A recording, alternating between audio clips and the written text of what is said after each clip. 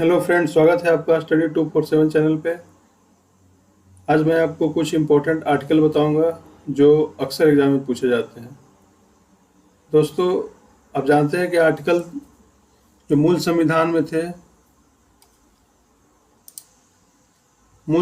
में हमारे 395 आर्टिकल थे, जो आज के समय में बढ़कर के 450 प्लस हो चुके हैं। क्रम वाइज 395 ही है, लेकिन ए बी करके वो बढ़ करके 450 प्लस हो चुके हैं। तो हमें इतने आर्टिकल याद करने पॉसिबल नहीं है, इसलिए हम जो मोस्ट इम्पोर्टेंट है, जो अक्सर एग्जाम में पूछे जाते हैं, 80 आर्टिकल हम आज याद करेंगे। बहुत आसानी तरीके से याद करेंगे। यहीं से आपको एग्जाम में 90% क्वेश्चन यहीं से आपको मिलेंगे। चलिए तो देखते हैं आर्टिकल 1 में क्या है। आर्टिकल 1 में क्या है?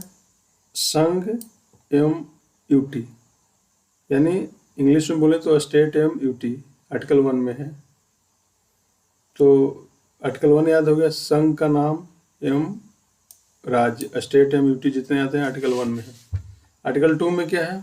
देखिए, आर्टिकल 2 और 3 को एक साथ याद रखेंगे।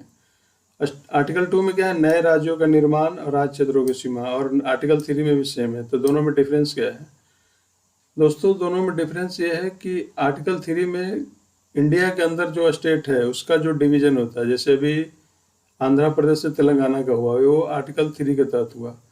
अगर कोई सिक्किम को इंडिया में मिलाया गया, या अभी नेपाल इंडिया में अगर आना चाहे, तो ऐसे इसमें आर्टिकल 2 के थ्रू किसी नए राज्य को इंडिया के अंदर एक स्टेट का दर्जा दिया जाएगा।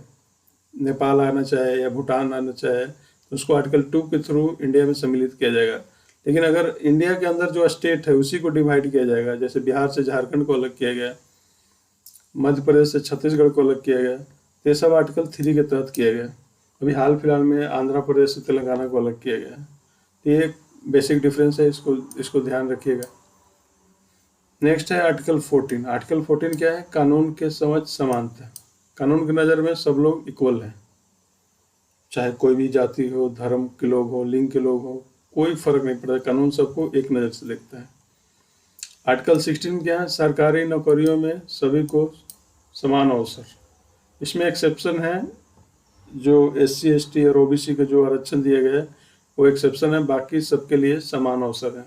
ये आर्टिकल 16 के थ्रू दिया जाता है। आर्टिकल 17 में क्या है? अस्पृश्यता का अंत, मतलब छुआछूत, किसी के थ्रू ऊंच नीच भेदभाव आप नहीं कर सकते। पहले के ज़माने में होता था, आजकल तो वैसे भी कम हो गया है, लेकिन ये भी एक आर्टिकल 17 के थ्रू एक अपराध है ये। नेक्स्ट है आर्टिकल 19। आर्टिकल 19 ये मोस्ट इम्पोर्टेंट आर्टिकल है। इसमें क्या क्या आता है? आर्टिकल में 19 में आता है जितना हमारे प्रेस वाले जो हैं, मीडिया वाले जो हैं, ये आर्टिकल 19 में आता है। ये क्वेश्चन पूछा भी गया, प्रेस वाले किस में आता है? फ्रीडम ऑफ एक्सप्रेशन इसी में आता है, मतलब कुछ भी बोलने की आज़ादी है, वो इसी आर्टिकल में आता है। कहीं कोई संगठन आप बना सकते हैं, शांतिपूर्ण ढंग से आप प्रदर्शन कर सकते हैं, किसी भी स्टेट में आप जा कर के रह सकते हैं, किसी भी स्टेट में आप जाके बिजनेस कर सकते हैं। इसमें 6 तरह का फ्रीडम दिया गया है आर्टिकल 19 में। लेकिन इसमें जो मोस्ट इम्पोर्टेंट है वो पूछता है प्रेस मीडिया जो किस में आता है, तो आर्टिकल 19 में आता है। आर्टिकल 20 में क्या आता है? कोई व्यक्ति किसी अपराध के लिए तब तक दोषी नहीं ठहराया जाएगा। इसमें आता है कि कोई व्यक्ति को अगर एक अपराध के लिए 1 वर्ष सजा मिल गया है, तो उसको उसी अपराध के लिए दूसरा वर्ष सजा नहीं दिया जा सकता है। जिस समय अपराध किया था, जो कानून में प्रावधान था, वो उसी के अनुसार सजा मिलेगा। अब अगर चेंज भी हुआ तो उसके अनुसार नहीं मिलेगा। तो आर्टिकल 20 में ये प्रावधान किया गया है। आर्टिकल 21 में क्या है? प्राण एवं दैहिक स्वतंत्रता। ये इसके लिए आप स्वतंत्र हैं, आपका प्राण है, आप कर सकते हैं। आर्टिकल 21A में क्या है? प्राथमिक शिक्षा का अधिकार है। आर्टिकल 21A में इसको फंडामेंटल राइट अब बनाया गया है, पहले ये नहीं था। तो आर्टिकल 20A में जोड़ा गया है प्राथमिक शिक्षा का अधिकार। आर्टिकल 25 में क्या है? अंतरात्मा की स्वतंत्रता, धर्म प्रचार प्रसार। आप किसी धर्म को फॉलो करते हैं, उसको आप आराम से फॉलो कीजिए। आप प्रचार करना चाहते हैं, प्रचार प्रसार कीजिए शांति ढंग से, कोई दिक्कत नहीं है। इसके लिए आपको राइट देता है आर्टिकल नंबर 25। आर्टिकल 30 में क्या? अल्पसंख्यकों के लिए शिक्षण संस्थानों को स्थापित करना है। अल्पसंख्यक जो हैं अपना शिक्षण संस्थान स्थापित कर सकते हैं, उनको प्रशासन करने का अधिकार, जैसे मदरसा वदरसा इसी के थ्रू आता है, जहाँ पे वो लोग कुरान पढ़ाते हैं और ये क्रिश्चियन लोग भी अपना पढ़ाते हैं। कुरान बाइबल जो पढ़ाया जाता है वो आर्टिकल 30 के थ्रू। आर्टिकल 32 क्या है? मौलिक अधिकारों को लागू करने के लिए रिट। ये रिट, इसको, ये बहुत ज़्यादा इम्पोर्टेंट, इसको भीमराव अम्बेडकर ने क्या बोला था? Heart and soul of Indian constitution. बहुत ज़्यादा इम्पोर्टेंट है ये। इसको भीमराव अम्बेडकर ने क्या बोला था?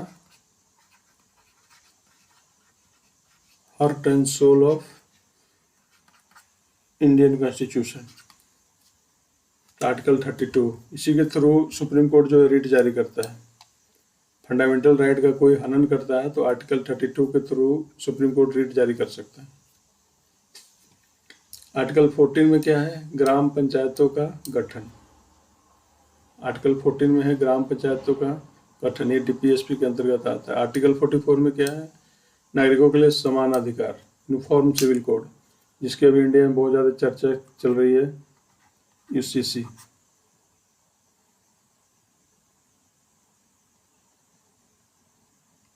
UCC, uniform civil code. इसके मतलब ये हुआ कि सब लोग, हिंदू हो, मुस्लिम हो, सिख हो, ईसाई हो, सबको एक ही शादी करना होगा। ऐसा नहीं है कि हिंदू एक करे, मुस्लिम 4 करें, ऐसा नहीं है। यह सबके लिए एक कानून होगा इंडिया में, ये होता है यूनिफॉर्म सिविल कोड। आर्टिकल 45 में क्या है? 6 साल से कम उम्र के बच्चों के लिए अनिवार्य शिक्षा का प्रावधान। 6 साल से जो कम उम्र के बच्चे, उनके लिए शिक्षा का प्रावधान करना, ये भी डीपीएसपी के अंतर्गत आता है। आर्टिकल 46 में अनुसूचित जाति जनजाति, SC ST के लिए, कमजोर वर्ग के लिए शैक्षिक और आर्थिक हितों का बढ़ावा देना, उनको मतलब पढ़ाना लिखाना, उनकी सहयोग करना, आर्टिकल 46 में डीपीएसपी के अंतर्गत आता है। देखिए आर्टिकल 50 में क्या है? कार्यपालिका और न्यायपालिका। इसको कार्यपालिका और न्यायपालिका को कैसे हम 50-50 करके याद रखेंगे? कार्यपालिका और न्यायपालिका को 50-50 करके हमने डिवाइड कर दिया। ये आता है आर्टिकल 15 में, कार्यपालिका और न्यायपालिका, आर्टिकल 50। आर्टिकल 51 में क्या आता है? अंतर्राष्ट्रीय शांति एवं सुरक्षा को बढ़ावा देना है। ये मोस्ट इम्पोर्टेंट आर्टिकल है, ये भी डीपीएसपी के अंतर्गत आता है। आर्टिकल 51 में अंतर्राष्ट्रीय शांति और सुरक्षा को बढ़ावा देना। आर्टिकल 51A में मौलिक कर्तव्य, कहाँ से लिया गया था ये? फंडामेंटल ड्यूटीज, रसिया से हम लोग पढ़े थे, स्रोत में हम लोग पढ़े थे। कब ऐड किया गया है ये? 42nd कॉन्स्टिट्यूशनल अमेंडमेंट में 1976 में ये ऐड किया गया है। मौलिक कर्तव्य रसिया से लिया गया है, 1976 42nd कॉन्स्टिट्यूशनल अमेंडमेंट में ये ऐड किया गया है। नेक्स्ट क्या है? आर्टिकल 52 के तहत बोला गया है कि इंडिया में एक राष्ट्रपति होगा, ये आर्टिकल 52 में बोला गया है। संघ की कार्यपालिका की शक्ति राष्ट्रपति में निहित हो। देखिए दोस्तों, कोई भी काम इंडिया में होता है प्रधानमंत्री करते हैं, सारा काम राष्ट्रपति के नाम से होता है। तो ये है कि संघ की कार्यपालिका की शक्ति राष्ट्रपति में निहित होगी।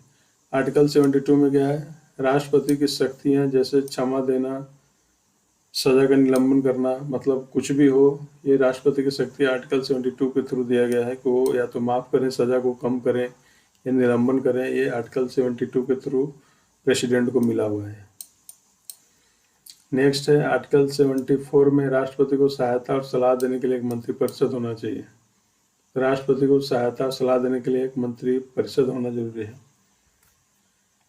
नेक्स्ट है आर्टिकल 76 में भारत के महान्यायवादी solicitor general, attorney general of India, ये आर्टिकल 76 में दिया गया है। अटॉर्नी जनरल ऑफ इंडिया जो हैं वो संसद में भी भाग ले सकते हैं, बस वोटिंग राइट नहीं होता और बोलने का अधिकार नहीं होता। ये संसद में भी बैठ करके संसद की कार्रवाई में भाग ले सकते हैं। बहुत हाईएस्ट लेवल का पोस्ट है। केंद्र का, सरकार का जितना भी कानूनी लड़ाई यही लड़ते हैं कोर्ट में, सुप्रीम कोर्ट में, कोई भी विवाद का होता है। आर्टिकल 78 में राष्ट्रपति को जानकारी देने के लिए प्रधानमंत्री का कर्तव्य है। क्या काम कर रहे हैं आप, उस सारे काम का जानकारी राष्ट्रपति को होना चाहिए, प्रधानमंत्री का कर्तव्य है। आर्टिकल 78 में बताया गया है। आर्टिकल 110 में धन विधेयक के बारे में बताया गया, मनी बिल। मनी बिल जो कि केवल लोकसभा में ही पास हो सकता है, राज्यसभा को 14 दिन का टाइम दिया जाता है। अगर राज्यसभा 14 दिन में पास करता है तो उसको बिल को पास माना जाता है। पहले लोकसभा में ही पेश किया जाता है धन विधेयक, मनी बिल। आर्टिकल 112 में राष्ट्रीय वार्षिक वित्तीय विवरण या बजट। आर्टिकल 112 में क्या दिया गया है? विवरण या बजट। आर्टिकल 112 में, ये भी इम्पोर्टेंट आर्टिकल है, दोनों काफ़ी इम्पोर्टेंट है ये। आर्टिकल 123 में क्या है? संसद के मध्यावकाश के दौरान राष्ट्रपति को अध्यादेश जारी करने का अधिकार है। दोस्तों, अगर संसद नहीं चल रहा है, कोई बिल पास करना जरूरी है, तो क्या करें? इसके लिए एक नियम बनाया गया है कि उसमें प्रेसिडेंट अध्यादेश जारी कर सकते हैं। और जब संसद चलेगा तो उसको पास करवा लिया जाता है। 6 महीने का अध्यादेश का टाइम होता है। तो ये आर्टिकल 123 से प्रेसिडेंट को ये पावर मिलता है कि वो अध्यादेश जारी कर सकते हैं। नेक्स्ट, आर्टिकल 124 में दिया गया है कि एक सुप्रीम कोर्ट होगा इंडिया में। आर्टिकल 124 के तहत आर्टिकल 143 में दिया गया है कि सुप्रीम कोर्ट से परामर्श करने की राष्ट्रपति की शक्ति है। राष्ट्रपति को कोई भी कानूनी सलाह लेना हो सुप्रीम कोर्ट से ले सकता है, इसकी शक्ति है आर्टिकल 143 की तरह। सुप्रीम कोर्ट मना नहीं कर सकता है राष्ट्रपति को कि हम सलाह नहीं देंगे, आपको देना ही देना है। आर्टिकल 148 में भारत के नियंत्रक में महालेखा परीक्षक कैग किस में है? आर्टिकल 148 में। आर्टिकल 149 में क्या है? भारत के नियंत्रण एवं महालेखा परीक्षक की शक्तियां हैं, आर्टिकल 149 में। आर्टिकल 159 में है राज्यपाल की नियुक्ति। जो राष्ट्रपति जो राज्यपाल की नियुक्ति करते हैं वो आर्टिकल 155 के थ्रू करते हैं। आर्टिकल 161 में क्षमा करने और टालने की निलंबन की शक्ति राज्यपाल को भी है। राज्यपाल बस एक चीज को क्षमा नहीं कर सकते, मौत की सजा को माफ नहीं कर सकते, लेकिन बाकी क्षमा करना या सजा को कम करना ये कर सकते हैं। राज्यपाल की इतनी शक्ति होती है, बस मौत की सजा को माफ नहीं कर सकते। नेक्स्ट, आर्टिकल 163 में राज्यपाल की सहायता के लिए एक मंत्री पर चलता है, सेम प्रेसिडेंट की तरह। पर केंद्र में पढ़े थे कि राष्ट्रपति की सहायता के लिए एक मंत्रिमंडल होता है, यहाँ पे राज्यपाल की सहायता के लिए एक मंत्रिमंडल होता है। आर्टिकल 165 में क्या है? राज्य के महाधिवक्ता स्टेट सोलिसिटर जनरल होते हैं एक स्टेट में, आर्टिकल 165 के थ्रू। आर्टिकल 167 में राज्यपाल को जानकारी देने के लिए मुख्यमंत्री का कर्तव्य है। ऊपर में प्रधानमंत्री का कर्तव्य था, यहाँ भी मुख्यमंत्री का कर्तव्य है कि आप राज्यपाल को जानकारी दे करके कीजिए। आर्टिकल 168 में क्या है? राज्यों में विधानमंडलों की व्यवस्था, आर्टिकल 168 में। आर्टिकल 171 में क्या है? राज्यों में विधान परिषदों की संरचना, आर्टिकल 171 में। आर्टिकल 172 में राज्यों में विधानमंडल की अवधि कितनी होगी। आर्टिकल 173 में है राज्य विधानमंडल की सदस्यता के लिए योग्यता, क्या क्या योग्यता होना है, इसकी वर्णन आर्टिकल 173 में दिया गया है। आर्टिकल 178 में विधानसभा के स्पीकर और डिप्टी स्पीकर के बारे में दिया गया है, आर्टिकल 178 में। आर्टिकल 194 में क्या दिया गया है? महाधिवक्ता की शक्तियां, विशेषाधिकार, प्रतिरोधक क्षमता दिया गया, आर्टिकल 194 में। आर्टिकल 200 में क्या है? राज्यपाल द्वारा बिल की स्वीकृति, आर्टिकल 200 में दिया गया है। राज्यपाल द्वारा बिल की स्वीकृति आर्टिकल 200 में दिया गया। आर्टिकल 202 में राज्य विधानमंडल का वार्षिक वित्तीय विवरण दिया गया है, आर्टिकल 202 में।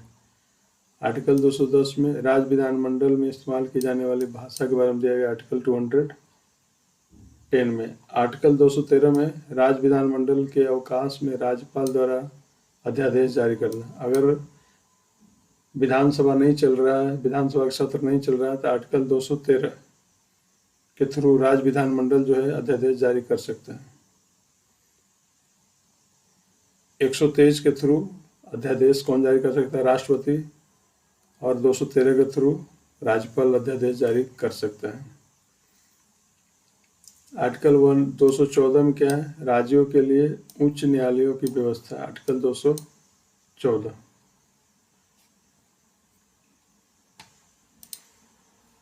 सुप्रीम कोर्ट का गठन कितना में है? सुप्रीम कोर्ट का गठन कितना में? 124 के अंतर्गत सुप्रीम कोर्ट है, तो 214 के अंतर्गत 124 के अंतर्गत सुप्रीम कोर्ट है, 214 के अंतर्गत राज्यों के उच्च न्यायालय है। आर्टिकल 217 में क्या है? उच्च न्यायालय के न्यायाधीशों की नियुक्ति की शर्त है, आर्टिकल 217 में। आर्टिकल 226 में उच्च न्यायालय को रिट जारी करने की शक्ति है। आर्टिकल 226 में क्या है? उच्च न्यायालय भी रिट जारी कर सकता है। जैसे सुप्रीम कोर्ट रिट जारी कर सकता है किस आर्टिकल से? आर्टिकल 32 के थ्रू सुप्रीम कोर्ट रिट जारी कर सकता है। उसी तरीके से हाई कोर्ट भी रिट जारी कर सकता है आर्टिकल 226 के थ्रू। आर्टिकल 239 में संघ राज्य क्षेत्रों का प्रशासन, जितने यूटी हैं उनके प्रशासन के बारे में जो विवरण दिया गया है आर्टिकल 239 में दिया गया है। वहाँ पे राज्यपाल होंगे या प्रशासक होंगे, ये सारे प्रेसिडेंट तय करते हैं कि उनको कैसे वहाँ पे प्रशासन करना है। आर्टिकल 239 AA, दिल्ली के संबंध में विशेष उपबंध। दिल्ली को, क्योंकि दिल्ली कैपिटल है इसलिए उसके लिए विशेष उपबंध किए गए, अच्छी व्यवस्था, अच्छी सुरक्षा, इसलिए आर्टिकल इसके लिए दिल्ली के संबंध में विशेष उपबंध दिए गए हैं। आर्टिकल 243 में क्या है? पूरा ग्राम पंचायत की शक्तियाँ अधिकारी किसमें है? आर्टिकल 243 में है। आर्टिकल 249 में राज्य सूची के विषय में, राष्ट्रीय हित के कानूनों की संसद की शक्ति के विषय में, आर्टिकल 249 में कि राज्य सूची के विषय में अगर कोई राष्ट्रीय हित का कानून है उसको संसद बना सकती है। स्टेट अगर नहीं बनाता संसद बनाएगा, स्टेट को उसको फॉलो करना होगा।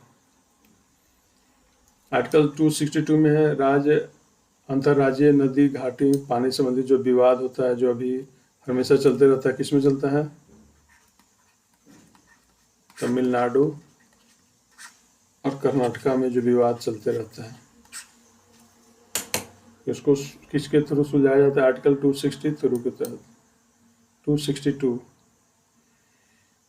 आर्टिकल 263 अंतर्राज्यीय परिषद के संबंध में प्रबंध दिया गया, आर्टिकल 263 में। आर्टिकल 265 में दिया गया कानून के प्राधिकार के बिना करों का अधोरोपण न किया जाना, ये दिया गया आर्टिकल 265 में। आर्टिकल 275 में कुछ राज्यों को संघ का अनुदान दिया गया है, संघ से कुछ राज्यों को अलग कुछ अनुदान दिया जाता है, ये आर्टिकल 275 में दिया गया।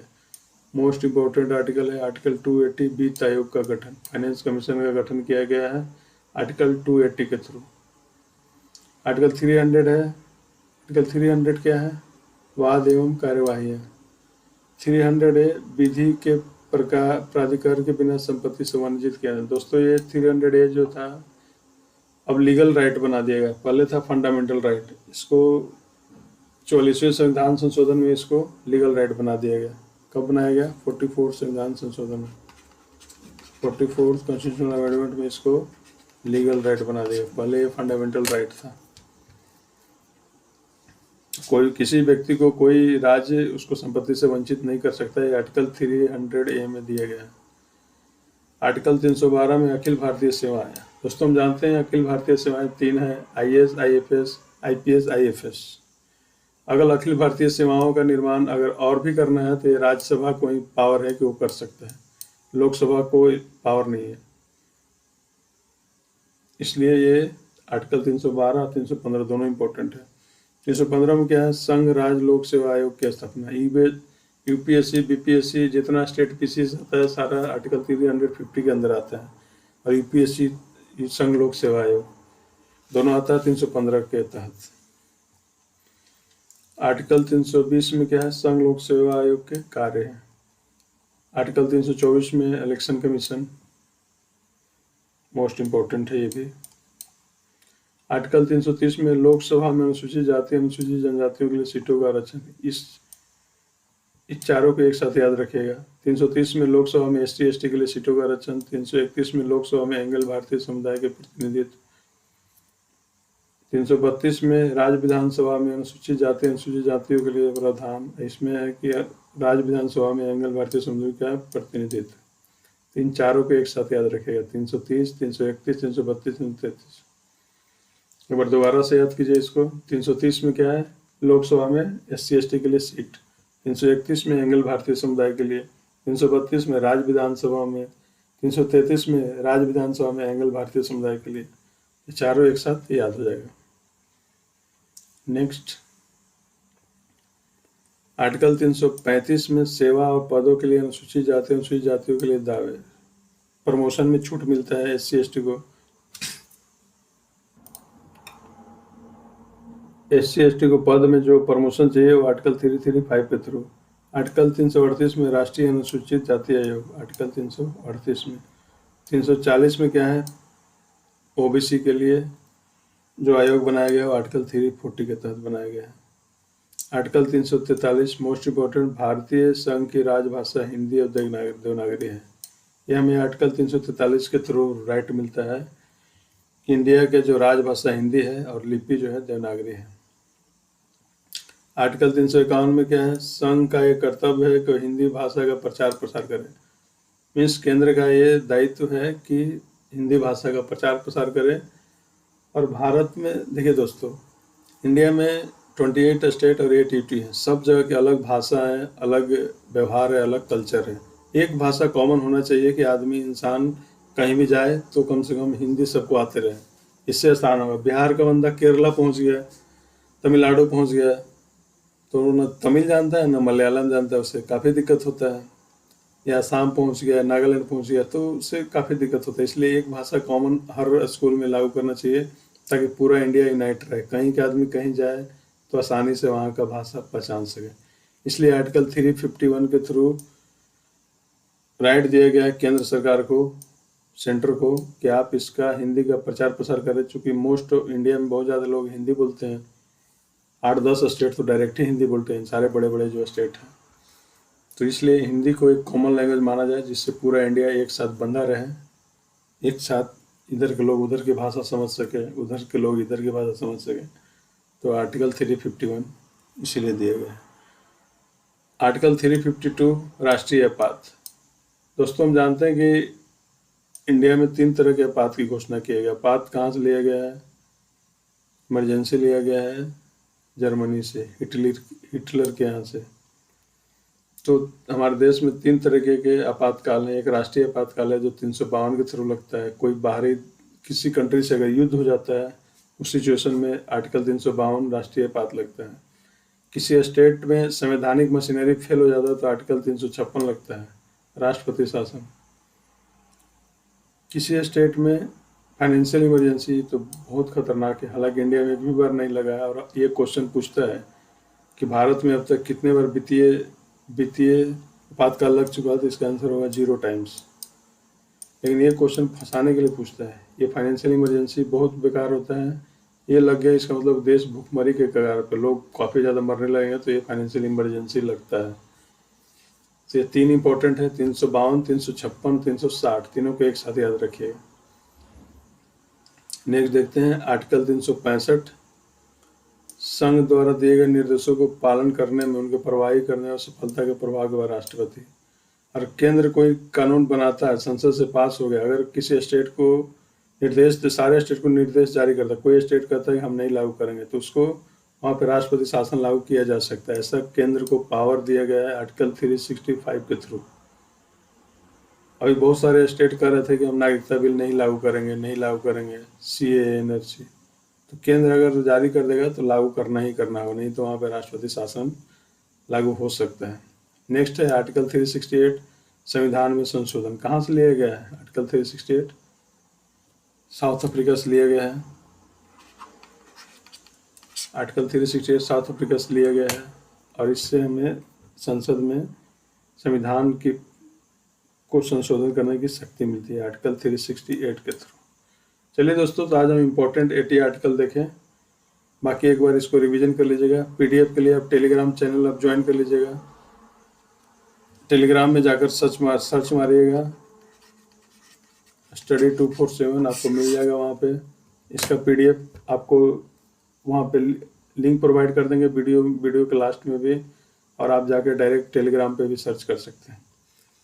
चलिए तो मिलते हैं। और हाँ दोस्तों, एक खुशखबरी है, जो अरवल के आसपास के हैं, अरवल डिस्ट्रिक्ट के हैं, उनके लिए एक बहुत अच्छी खुशखबरी है कि यहाँ पे एक एक्सीलेंट एकेडमी नया कोचिंग खुला है।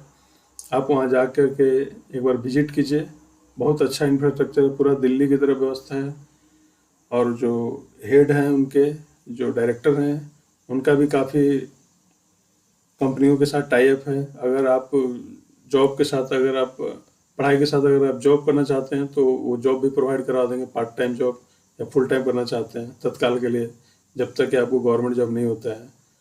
तो आप वहाँ विजिट कीजिए, बहुत अच्छा बनाए हैं, सारे फैकल्टी दिल्ली के हैं और सारे टॉप क्लास के फैकल्टी हैं, कुछ न कुछ बीपीएससी, बैंक, पीओ, कई एग्ज़ाम निकाले हुए हैं। आप एक बार जाइए, कोचिंग ज़रूर विजिट कीजिए। अरोल आईसीआईसी बैंक के ऊपर है, ये देख लीजिए एड्रेस। सब चीज़ का है, आपको हर फैसिलिटी मिलेगा, ऑनलाइन क्लासरूम, स्मार्ट क्लास, सब चीज़, लाइब्रेरी वगैरह सब चीज़ सुविधा है, ऑनलाइन ऑफलाइन सब चीज़ की सुविधा है, बहुत अच्छी फैसिलिटी है। मैंने खुद गया तो मैं देखा अरोल में दिल्ली से भी अच्छी फैसिलिटी व्यवस्था इन्होंने किया है। डायरेक्टर साहब जो हैं खुद ही एमटेक हैं और वो कॉलेज में भी पढ़ा रहे हैं। तो एक बार जाइए, इस नंबरों पर फ़ोन कीजिए, एक बार विजिट कीजिए, जो अरोल के आसपास के हैं, आपको अच्छा लगेगा, ऐसा मुझे उम्मीद है। एक बार आप ज़रूर जाइए, इस क्लास में विजिट कीजिए। चलिए, थैंक यू।